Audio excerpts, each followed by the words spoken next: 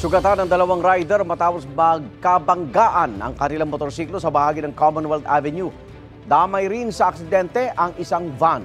May una balita si James Agustin. Nakahandusay sa kalsada ang dalawang lalaking motorcycle rider ng abutan ng mga rescuer sa Commonwealth Avenue, Quezon City pasado alas 11 kagabi. Ang 24 anyos sa rider ng pulang motorsiklo nagtamo ng mga sugat sa tuhod, binti at paa. Sinalpok umano niya ang gray na motorsiklo na minamaneho ng 42 anyos sa rider na nagkasugat naman sa kamay. Sa lakas ng impact, tumilapon ang dalawa. Binabaybay ko itong Commonwealth, itong pulang motor, ang bilis ng takbo.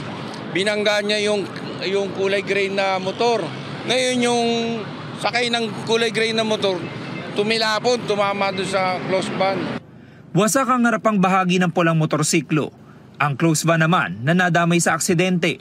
Galing daw sa Fairview at pabalik na sa Marikina matapos mag-deliver ng mga tinapay. Nagulat na lang kami, bumangga na lang sa likod namin. Tapos congressional, paliko kami.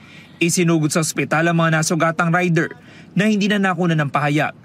Patuloy ang imbestigasyon ng QCPD Traffic Sector 5. Pasado hating gabi nang matanggal ang mga sasakyang nasangkot sa aksidente. Ito ang unang balita. James Agustin para sa GMA Integrated News.